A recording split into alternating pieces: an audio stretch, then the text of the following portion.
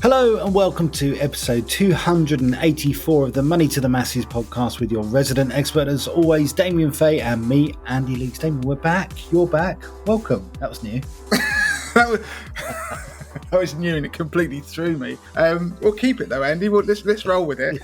Yeah.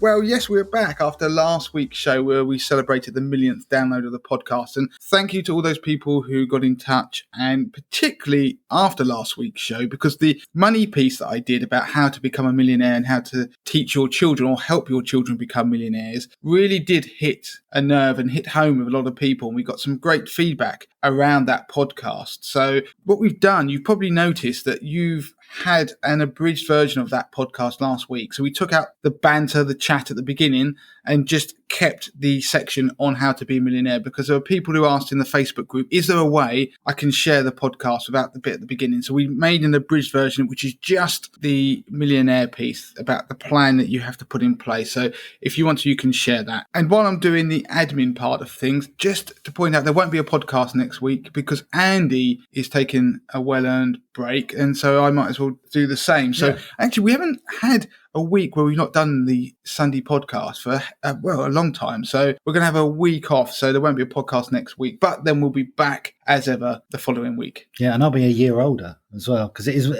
I'm not going away for my birthday, but it just happens to fall in the week that we've chosen to sort of have some time with the children. Oh, it's my wedding anniversary too. I need to remember that. You sound like this person who's just dropping these things in to expect something, a card for a birthday, card for an anniversary. Before we start, Andy's going to read a couple of reviews, because last week I also said that we'd read some reviews we've had lately. So please leave reviews on the podcast. They motivate us. They help the podcast move up the iTunes chart. So over to Andy to read out a couple of the latest reviews. Brilliant. So the first one is from Flamando. I love this podcast. Perfectly pitched for me. Fairly new to money matters, investments, the stock exchange, etc. And after a divorce and having to take control of my finances, this is easy to relate to, and the hosts live in the real world. Keep it up, lads. The next one is K-Boy number 1. I love this podcast. Great conversation. No rants and always something to think about. The best money advice, down to earth, and inspiring me to have a spending plan and take a bit of control of my money. And finally for this week, it's Jonesy 1979. He says he's a new fan. Just discovered this and it's great. The presenters are so relatable. It's like having a couple of pints in the pub with two guys from the city who's got your back on all things money. That's not too bad. I wouldn't mind a pint in a pub, actually. Maybe after lockdown. And we will try and do a meetup at some point, because when the problems surrounding coronavirus have dissipated, and hopefully we can do some live events and a pub meetup, because it'd be lovely to meet everybody again and some new faces as well. So on with this week's podcast, Andy. I'm going to tell you the two pieces I'm going to do, and then Andy's going to tell you the piece he's doing. So the first one I want to talk about is student debt and student loans. Now, there was a piece that went viral on LinkedIn, of all platforms. I don't normally talk about things that go viral on LinkedIn because you don't see many of them, but LinkedIn, there was a piece about the size of student debt. But even if you're not about to become a student, this is a piece you'd want to listen to, because you may have children that in the future you want to go to university, or grandchildren. So it's something that people want to listen to, whether they're students or going to be students or not. And I also want to do a piece on investment trusts. So there's been some interesting research that's come out showing the behavior of investment trusts versus unit trusts during the coronavirus period. So I just want to talk through that. And I'll be doing a quick piece on mobile phones. It's time I changed my contract. My 2 years is up, and I was looking at new phones and I was thinking, what do I do with my old phone? And I come across an interesting article that came up with loads of ways that you can use your old mobile phone. Because you know what? Interesting fact, I've never sold one of my old phones. I'm an idiot because I could have got lots of money. I reckon I've got about 15 in my drawer. I've never done mine. I've never sold mine either. So you've just called me an idiot, but we'll gloss over that. So jumping on to the first piece. I was thinking, no, I haven't called you an idiot. I called myself an idiot, but by osmosis, I've called you. Yeah, the implication's there. It's implied, and it's okay. You called me a weirdo last week.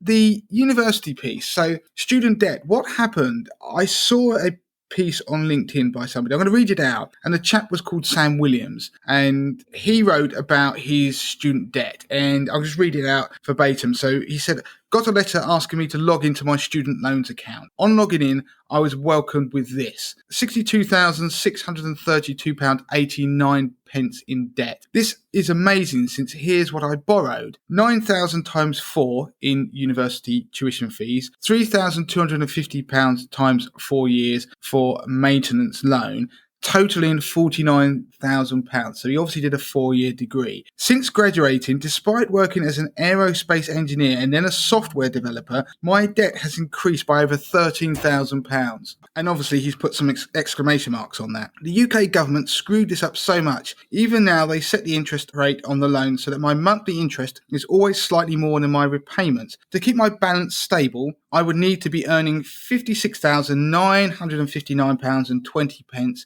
Exclamation mark. Until then, I'm constantly going further into debt. So this raises an interesting point about going to university. Now, there's a lot of scaremongering that's going on about student loans and student debt. Of course, the numbers that were quoted by Sam in that piece are large. And what's caused the problem recently, because of the login that he mentions, the ability to log in onto the .gov.uk website and see your outstanding student loan balance. And what happens, you go in there and a big number comes up. It's massive, in big black bold type, and it tells you what your total debt is. And of course, as he said, he borrowed 49,000 and his debt was increased by 13,000. So he's sitting there thinking, what's going on? Now, the article or the comment was then responded to by lots of people, and there's a lot of talk about it's not worth going to university because you saddle people with all this debt. And I just want to run through how the system works, because there'll be people who have children who may be about to go to university. It's that time of year. Or people who listen to this and are thinking of going to university and are being put off by the idea of having this huge burden of debt going forward. So the student loan system works by you being able to take out a loan to pay your tuition fees. So those tuition fees, for example, could be, in the case of Sam, £9,000 a year. So you could take out a loan via the student loans company for £9,000 a year. And you can also take out a maintenance loan to cover the cost of living at university. We won't go into whether it actually is enough to survive on at university. And I need to come back to how this part of the loan system works. It's a little bit more convoluted than the main tuition fee part. So all this generally refers to England, because there are some slight nuances with Scotland and Wales. But what happens? You borrow the money like Sam did in those numbers. You don't have to pay all the money back. Ultimately, it doesn't always work that way, because you have to think that student debt in this instance, as I say, we're not talking about your overdrafts, we're talking about via student loans. What happens is you only start repaying it from the April after you graduate or you leave university, and you then only start paying or repaying it if you earn over £26,575 per year, which is £2,214 per month. And when you start earning over those numbers, you get charged effectively a tax. It works in the same way of 9% for any amount over that threshold that I've just mentioned. And that means that if you earn less than that when you leave university, you don't pay anything. And that will remain the case for as long as you're earning less than the threshold. The threshold changes every year. So, for example, next year it's going to be £27,295 for the sort of April 2021. Currently, it's £26,575. If you earn less than that, you're not paying anything. The repayment system is a contribution system. Most people won't end up repaying their student loans. And it's because of this system where you don't pay anything if you earn less than a given threshold. For those who earn above, as I say, you pay 9% on the earnings that you do above that. So it's like a contribution, because after 30 years, the key point is if you haven't cleared it within 30 years, it's wiped clean. So there's a scenario you never earn above that threshold that I mentioned that's rising each year. You will never pay anything on your debt. If you earn more than that, which you will hope to do over time, you'll obviously hope to earn more and more money, you will start having to pay a contribution towards that outstanding debt, which is growing all the time because of the interest rates, which I'll come on to, that it's charged at. But if you get to 30 years and you haven't paid it back, it doesn't matter. It's wiped. So whatever's left at that point will be wiped, even if you've been making contributions and sort of attacking it and bringing it down. 30 years, That's like line in the sand. done. Yeah, exactly that. And the way it's deducted is via your salary. So if you're employed, it'll come via PAYE. And then what happens, you will see naturally deducted on your payslip an amount that's equivalent to what you've got to pay. As I say, that 9% above what you're earning, currently £26,575. Crucially, self-employed earnings are also included for obvious reasons, but there can be pensions income, savings income, and dividend income can be included in that income bracket if you earn over 2k on those. So your employer will naturally deduct your student loan repayments. And of course, that means they can be a bit lumpy, because if you get a bonus and payroll's done on a monthly basis, if you suddenly got a bonus in 1 month, they would work out that you were above the monthly threshold of 2214, and then they would take the 9% contribution off of your earnings. And so, Andy, we talked about this before the podcast, so they used to do payroll, didn't you? And people would be complaining they've got a bonus and suddenly they're paying a bit more towards their student loan repayments. That's just how the system works. If you end up earning less than the threshold for the year, you can reclaim back those payments. If you end up earning more than 26,575, then you won't be able to. Yeah, I know that for a fact from people that used to work reduced hours, but then would get a bonus, tip it over, complain about it, quite rightly. And I explained that it's kind of averaged over the year, and then you'll find that over the year they're under and they can claim it back. So exactly that. And if you lose a job partway through the year, then obviously that will impact it, and the payment should be rectified and you'll be able to claim back if you've overpaid, as I described. Now, how much you end up paying is quite an interesting point, because the rate of interest on the student loan varies. And it's dependent on whether you're studying and when you're working, how much you earn. So it's using something called the RPI, the Retail Prices Index, which is a measure of inflation. And that measure of inflation is set every September, and it's based on March's RPI. So at the moment, that figure is about 2.4%. If you are studying, and while you're studying, the loan increases with an interest rate of RPI plus 3%, which means it's about 5.4. If you graduate and earn less than that threshold value that I said, 26575 at the moment, it's RPI, which will be about 2.4%. If you earn over that threshold, but below about £47,835, then it's a sliding scale that moves from just flat RPI up to RPI plus 3. And then if you earn over £47,835, it goes up to the full RPI plus 3%. So you can see Andy just sat here and he's just baffled by that. It's so different depending on what stage you're at. And they make it so complex. What it means when you pull this together is that the more you earn once you leave university and the more successful you are,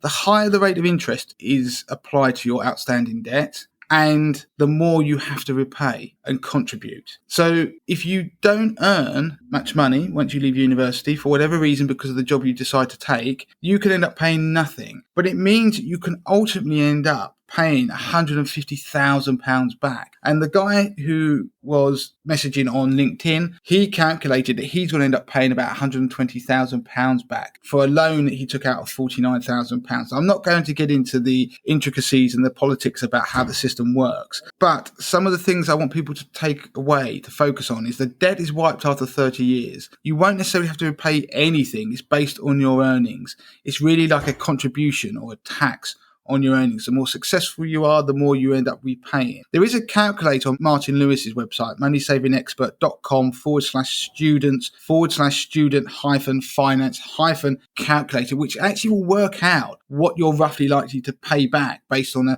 assumed earnings and growth rates, which is very good. It's worth going to look at. Now, one of the key things I just want to point out about the maintenance loan, so people can take out a loan. So let's say that's for £9,000 they could get up to. Say, let's just use that as an example. It depends on where you go actually as well. So if you are at home, you get less than if you are studying and living somewhere else. And also if you live in London. So if you're away from home and you live in London, you can get more on a maintenance loan. Now, what happens with a maintenance loan though? It's a very bizarre system. It's means tested against your household income. So it basically means your parents' income. And what it means is once you get to a point where their income together is about £61,000 ish, then you get about half the loan that somebody else in the same situation whose parents weren't earning as much would get. So you could go to university and be in a room next door to somebody. Obviously, they would have their tuition fees under a student loan, but they would also have this maintenance loan. It's all wrapped up and repaid in exactly the same way as a tuition fee part, as in the 9% of earnings above that threshold when you eventually leave and get a job. But because your parents earn more money,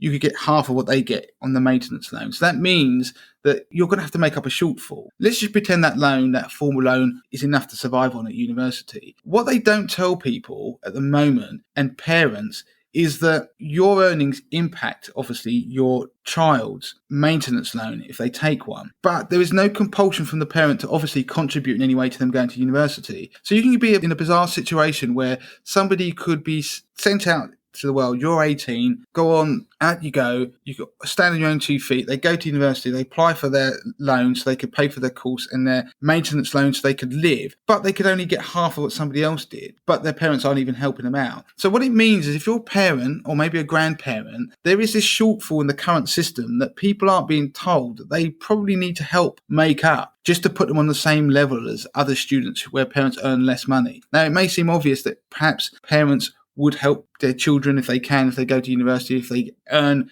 enough money. But of course, a student might have to get a job. But I don't think it's highlighted enough that there is a means-tested part of the loan system when it comes to the maintenance loan, but there is no compulsion from anybody to help make up the rest of that dip in the value of the loan. Now, another slight quirk when you repay the loan, it's actually the repayment of the 9% that I talk about is based on your gross pay. And so there is no tax benefit. So it's not like they deduct that first and therefore reduces your wage, and then when you get taxed less. That's another slight quirk of the system, which I don't quite understand why it works that way, but it does, unfortunately. Like I say, the debt will be wiped, but you'll never get debt collectors or anything coming after you when this loan is seemingly growing while you're starting to work. And it doesn't sit on your credit report, but there are lots of people who also think, well, I don't want to go to university because if I get a student loan, I won't be able to buy a house because I won't be able to get a mortgage. Well, that's not strictly true, because all that would happen is that the amount you're effectively contributing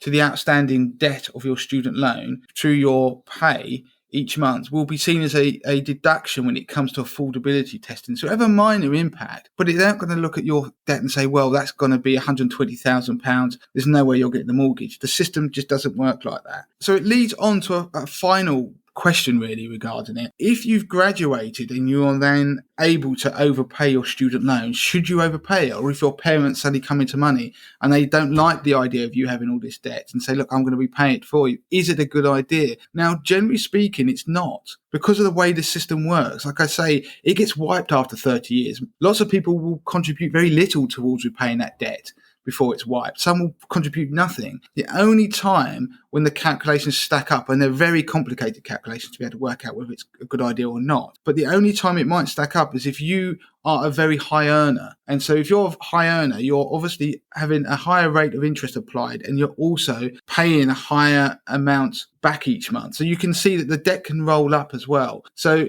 they are the people more likely to end up paying £150,000 back for a loan that was probably about a third of that amount when they took it out. So those people might be better off repaying a loan early. But like I say, the numbers, you'd have to crunch them. But in most cases, you're certainly not better off doing it. So the message I want people who listen to this is, don't be afraid of student debt in terms of student loans and the maintenance loans as a reason not to go to university. There are lots of reasons not to go to university. I mean, there are things like apprenticeships, just getting a job. It's not the be all and end all, trust me. But I don't want people being put off by the idea, like this message that went viral, where the guy was saying, I can't believe I'm going to have to pay this amount, my debt's spiraling. Because in his scenario, he was very well paid. And in his scenario, it may be a fact that he will end up paying a lot of money back on student loans. But you also have to point out that he's been a very big beneficiary of the system as well. So you can argue about the morality of it, but he's benefited more than most. Those who don't benefit as most won't end up repaying hardly anything. So do still go to university, is my message. Yeah, it's a good message too.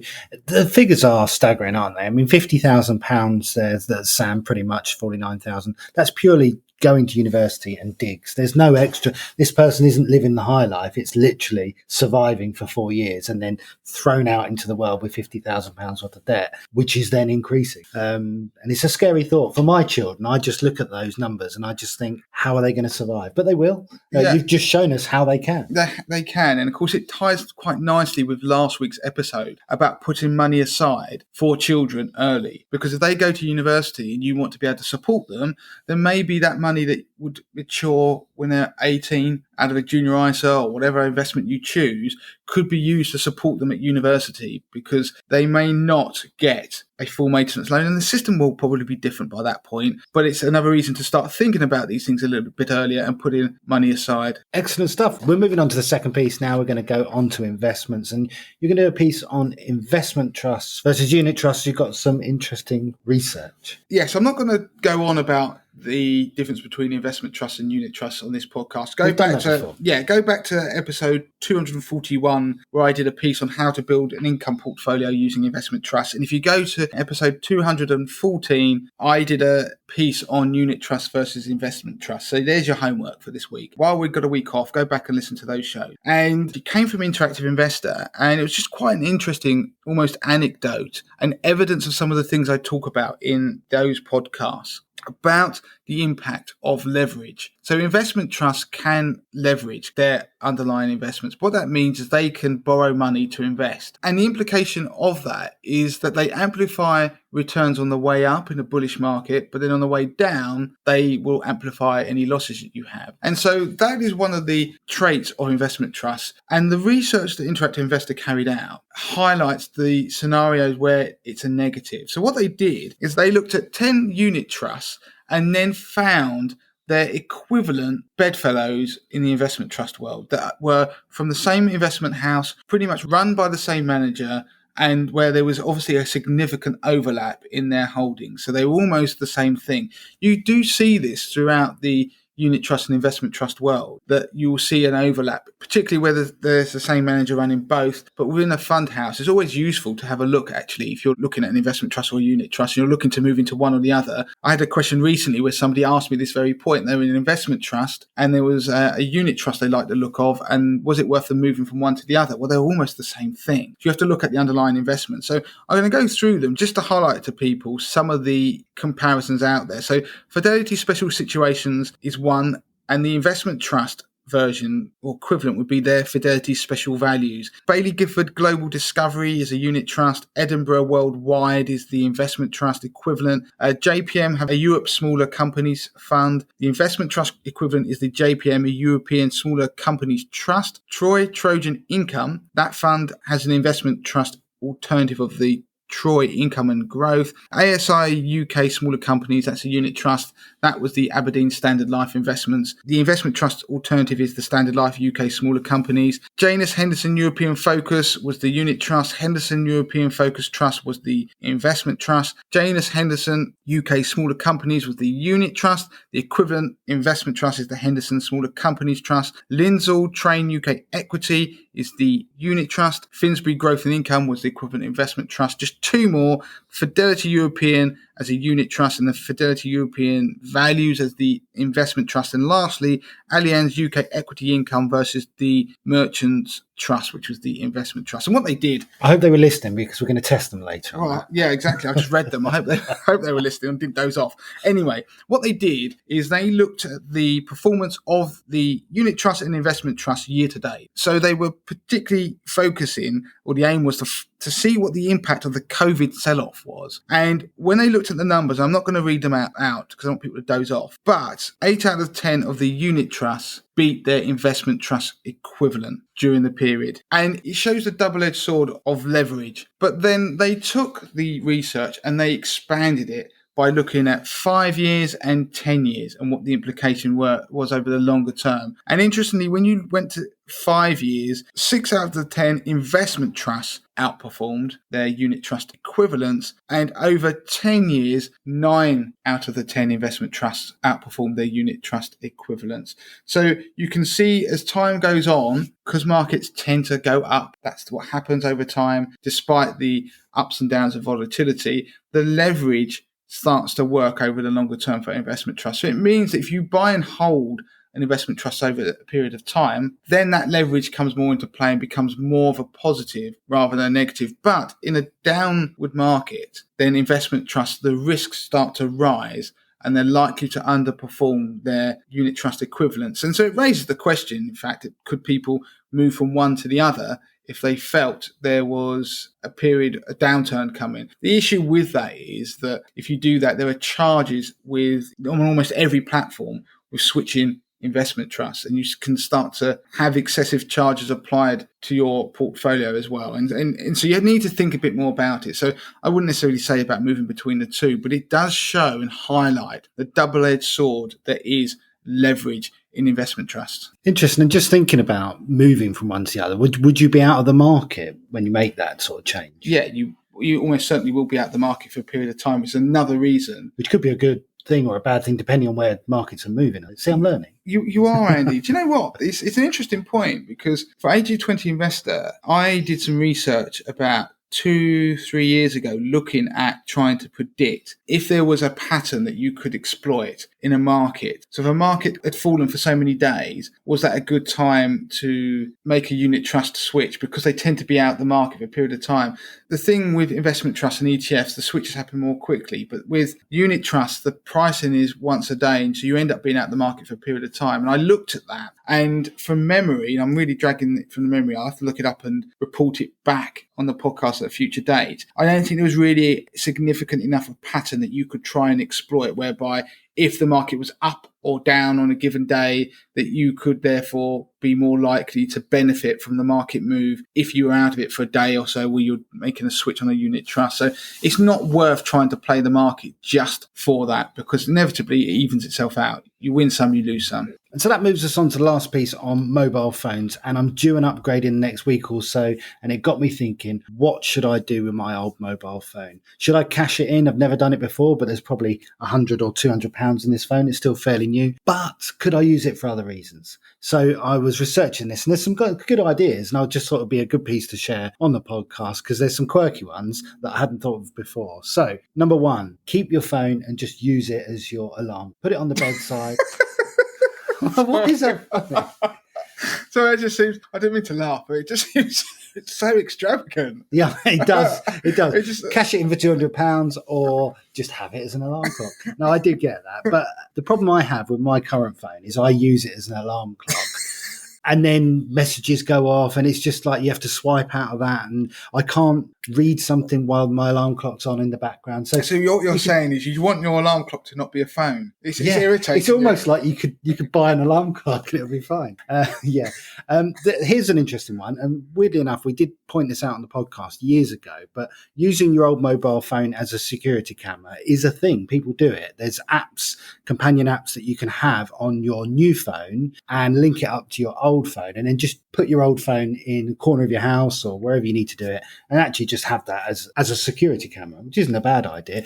And going on that theme, you could do a similar thing and use it as a baby monitor. Again, there's apps out there that you can download, and it will use the audio from your phone, and you can have it in a different room. I suppose you could use that as a bug, couldn't you, as well? Basically, you can spy on your family. Yeah. Again, maybe a bit extravagant, but if you've got children in your house and you want them to read, you could just convert it to basically like a Kindle, a digital reader, delete everything else on the phone and give it to them and download a load of books and say, right, read, or homework or research or whatever you need to do. Yeah, buying a book would be easier, but I don't think it's that bad, because the only positive on it is that my daughter got more into reading with a Kindle. She loved reading books, but she was reading at such a pace that when I got her a Kindle, it then sparked her love of reading, because when she finished a book, she could come downstairs and say, could I have another book? And then I could press a button and she gets the next book. Yeah. So it's again a bit extravagant, but it's a use, because if, like my old mobile phones, they're just lurking in a drawer somewhere. So it's better they do something than nothing. Yeah, absolutely. So another thing you could do if you don't normally trade in your phone, rather than it sit in a drawer, you could send it off to a charity and they could make money from selling the phone. Or there are other charities where they can make use of the phone in emergency situations. So mobile phones can still access emergency services through the network for free, which is quite an interesting point. So there are charities out there, have a look, that you can send your phone off to, and they'll make sure that your phone reaches a vulnerable person, that if they need to call the emergency services, they can. Yeah, I get that. I like that, because that was based on the idea that if there was an accident, you could pick up any phone anywhere and you can make an emergency call on it. So using that feature, the charities are giving them to people who probably could be domestic abuse or something, have a phone hidden somewhere which they can then call the police on if they're being controlled. I like that. I think that's a good one. And the last one I'm going to finish on is the paperweight. Well, yeah, very extravagant, is to use your spare phone as a tracker for your car. I've got friends that are just terrible. They never know where they parked their car. Was it on this street? Was it in this car park? So the idea is that you keep it plugged in, charged up, put it in the glove box, and you can use Find My Phone apps to then locate where your car is. Again, do you know what, Andy? I'm going to call your friends out on this one, because I don't know them, but it sounds like to me they're trying to track down what their spouses are doing. So they've put a mobile phone hidden in the back footwell of the car, in the back pocket of the back of the seat of the driver or passenger seat. Hid it down there on silent, and they can track where the car goes. Now, I'm not saying I've ever done that. I sound like somebody who's done it. I haven't. I just thought that out. But there you go. We're going to start a whole wave of people tracking their spouses now. But I reckon that's what your friends are doing. So in your village, I reckon there's going to be some good gossip in about 2 months. Come Christmas. So there we go. That's what to do with your old mobile phones. I'm going to choose one of those and report back in a couple of weeks and tell you what I did. Will it be the paperweight? Probably. Based on your initial enthusiasm, I think it's going to be the alarm clock. So that's it. We're done for this week. If you want to get in touch with Damien, you can do so. It's Damien at moneytothemasses.com. Twitter, it's at moneytothemasses with the number 2. We're on Facebook and Instagram, and it's already happened, but we did a quiz last Friday on the millionaire theme, and there were lots of people that got involved with that. And there are a couple of people which we will be announcing in next week's pod who won themselves a mug as part of our million celebration. So well done them. Well done them. And if you want a normal Money to the Masses mug, they are still like gold dust. Don't forget to send something in that you think is mug worthy, or just write in, to be quite frank, and you may be lucky enough to get a mug. Yeah, it doesn't always have to be feedback on the show. It could be a question or a topic you want us to cover. There are no rules. There's no restrictions. Yeah, just get in touch. Damien at moneytothemasses.com or Andy at moneytothemasses.com, because you were kind enough to give me an email address when I started. Right, we're done. Until next time.